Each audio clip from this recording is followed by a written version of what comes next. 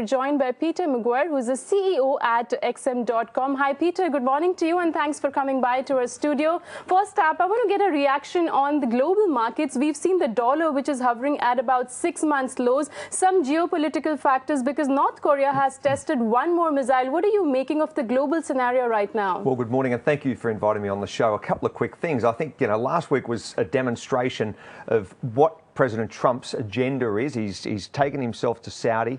He's taken on board to build and to probably take a little bit of the pressure off him as far as any talks as far as impeachment, and move himself to sell the US dream to the Middle East. There are bankers involved, the global strategists, and they're all coming together and saying, right, well, what's the pathway forward? There are monstrous arms deals, partnerships and so on. We saw a very solid sell-off as far as US dollar in the last matter of sessions, and the crude market, which we're leading into the OPEC meeting coming this Thursday in Vienna, is so fascinating, considering that US is pumping oil at record numbers and the Saudis are saying we probably will see a 9-month extension, and the other OPEC members are pretty much dovetailing and coming along for the ride. So it's going to be a fascinating week ahead.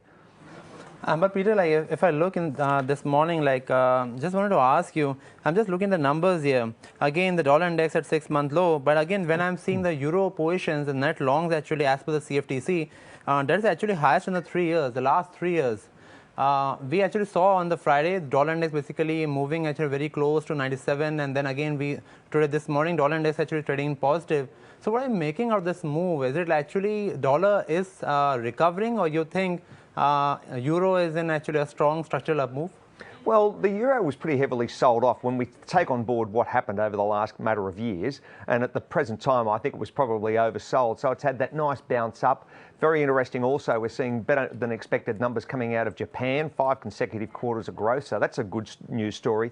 And the overall structural reforms, and more importantly, the actual economy, I think, in Europe as a whole is getting stronger. So we're heading into that Northern Hemisphere summer. There's a feel-good, I think, mood across pretty much all of Europe, and also the tide's turning a little bit. I just saw some comments. Jamie Dimon was saying that, the IMF are traditionally quite pessimistic. They're even saying that things are a little bit more bullish now, or better. The sun's coming out a little bit. So I think overall the European mood is one of strength over this Northern Hemisphere summer. And also, let me tell our viewers also that today actually in the Asian trade, the commodities, they are trading anywhere between 2 to 5% up. Copper is up 2%. Zinc is actually up 5%. And if you look what actually happened on the LME side on Friday evening trade, again the metals actually were trading in positive, anywhere between 1 to 2% up. So actually the trade has increased more positive. It has become more positive this morning, while the dollar actually has not done much. It's actually just increased about 0.2%. So what do you think? And we actually are seeing the same move in oil also. Oil we can relate to the OPEC sentiments. Of course. Metals actually they're reacting very sharply. Well, I think probably you had that strong run-up in consideration over the last matter of sessions, and certainly Friday. So markets always take a little bit of a breather. It's only Monday morning. There's a lot of, I think, nervousness as far as traders. What's actually going to happen this week? Will they all band together? I'll be there. I'm flying out of India on tomorrow evening. I'll be flying into Vienna on Wednesday for the meeting, getting everything organised, and then Thursday it's the big day. So whilst I sit here and observe, there's a lot of undercurrents there collectively that will need to be pushed forward. If they're going to make these cuts, naturally they want to see that 5-year long-term average as far as supply. More importantly, what's going to be the end number? They've got their Saudi Aramco IPO in the not too distant future, and they naturally want to see a higher number as far as crude. So it's one thing for sure, I don't think the volatility is naturally going to go away. So I think it's going to be a wonderful time for traders to actually enjoy these markets. Right. Peter, if there are more cuts which come about from the OPEC meeting, which is lined up in Vienna, what's the kind of levels which you're looking at crude going ahead, at least till 2017? Well, I think over the Northern Hemisphere summer, if we don't have any weather outages, and it's very hard to say you won't have them as far as hurricanes and so on in the Gulf, which is that traditionally June, July, all the way through to November. If you don't see major weather outages, if you don't see any geopolitical concerns and North Korea doesn't fire any more missiles, if President Trump... But there's no guarantee for that, because they've been testing every week, I guess, now. And if you don't see any impeachments and you see a very how would you say, a calm year ahead leading into Christmas, I think the crude market will stay between that probably 48 to say 54 trading range. But if you get a couple of those events that can greatly impact price quickly, can ratchet up, and all of a sudden you can be looking at, $55, $57 crude, quite simply because the unknown factors come into play. Right. And we saw that election over the weekend as far as Iran. We've taken on board, we've got Merkel's election, Germany I should say, but Chancellor Merkel in September. So these, again, it's just a wait and see approach because there are many ingredients that go into the actual pie itself. Peter, markets will also be taking cues from US President's first visit to countries like Saudi Arabia and Israel. What are you making of his visit to these countries for the first time? Well, I think first off, he is on the front foot. He's a typical entrepreneur, and that's his mantra. And he goes to, and he's a builder. So he prides himself really on building things and building relationships, building bridges, building pathways into and to get Saudis on board and see what they can do strategically together. It's a large market as far as arms sales and of course partnerships. So he wants to, I think, mend some fences, go in there and rebuild the relationship. He's a new president. He's only been in power a matter of months, and he's very much front and centre making things happen. So that's very similar, I think, in a lot of ways to maybe not personality-wise, but he's a doer like your Prime Minister Modi. So Peter, we saw a good spike in volatility, both in terms of the moves which came in the equity markets, and then good sort of very high fluctuation in the currency market also. But for this week, do you think actually it could be a much more stable equity market? I was just looking at the European markets. They actually seem to be settling down. It was a good up move, good uptake. Even the breadth actually was good. Do you think that actually the last week, now this week, could be much better than the last week? Well, I wouldn't be surprised. I think that there's still a little bit of conjecture out there as far as what the Fed's going to do with rates. I think overall, as we said, the European market seems to be gaining a nice headwind. It's pardon me, a tailwind. It's pushing it along. So I wouldn't be surprised. Markets can sit still for a couple of days after those big moves. Let's see where the US dollar trades over the next 24 hours. I think that's going to be interesting, or 36 hours, and then that'll lead us naturally into that big news coming out of OPEC. So I think overall, it's quite a big news week. But I think that the markets could be, fairly range bound unless something dramatic happens. And would you be positive on the Asian currencies?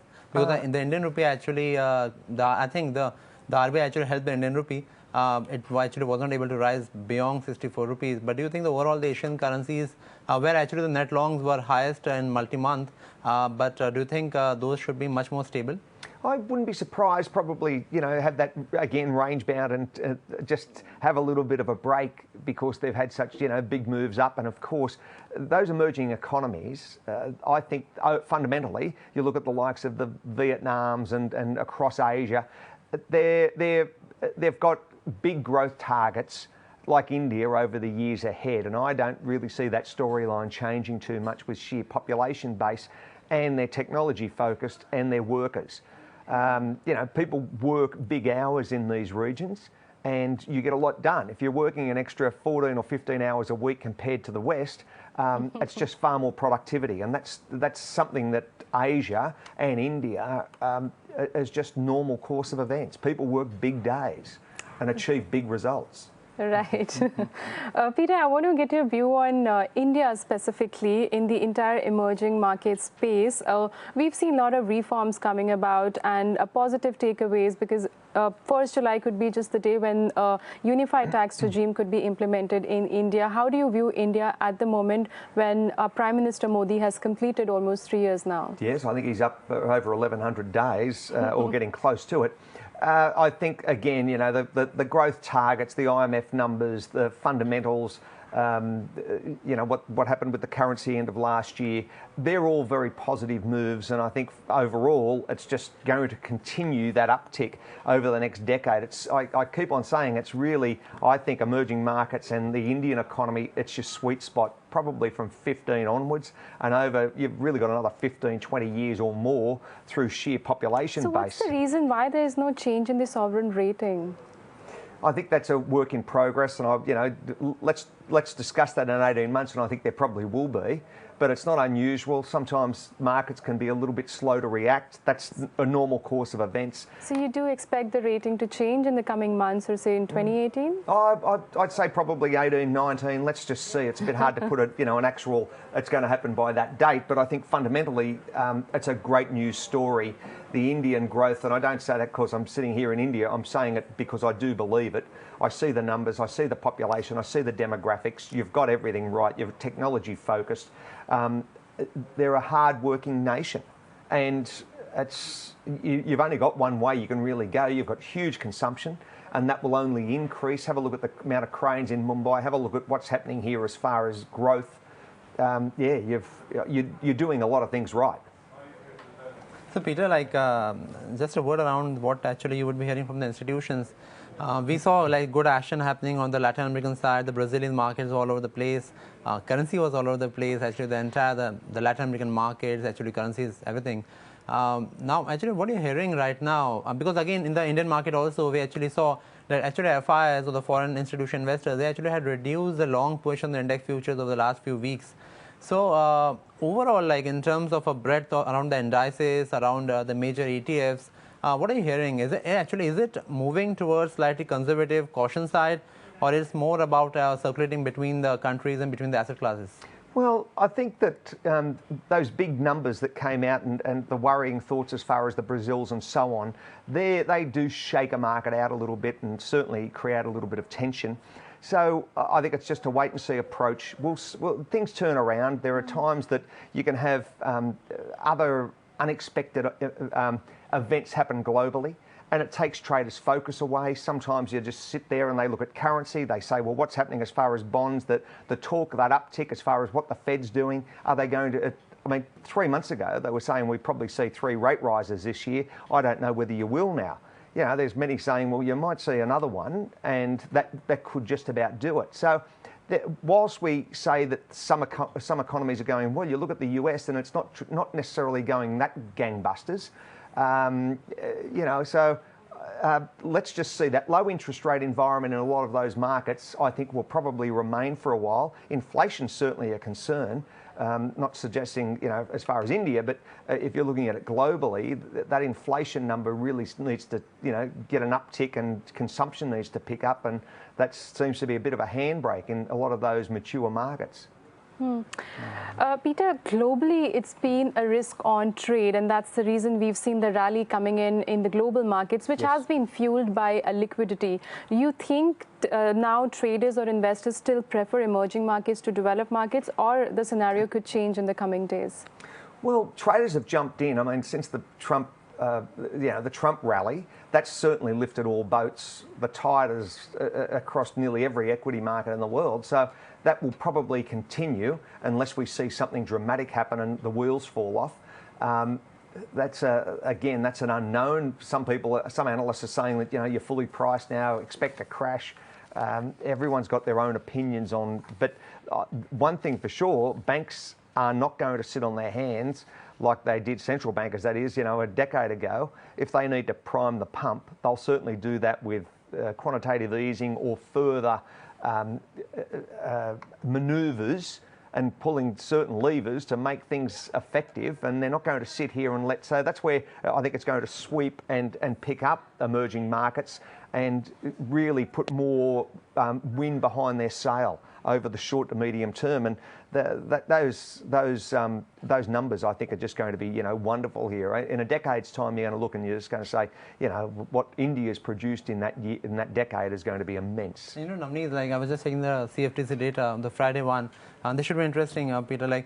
The long contracts on the US indices, they actually have increased by they've dropped by 1%. But the short contracts, which at present they are like roughly around 40% of the total long contracts, they actually have jumped by 20% over the last 2 days. So again, similar to what we are seeing the Nifty in the Indian markets, similar sort of action, some sort of basically curtailing of the long positions happening on that side also. Yeah, well, that's right. I mean, traders, they get a little bit nervous. They're not sure what's happening as far as, an impeachment, what's happening. I mean, there was talk last week, what impact it's going to have and where does President Trump play this whole situation.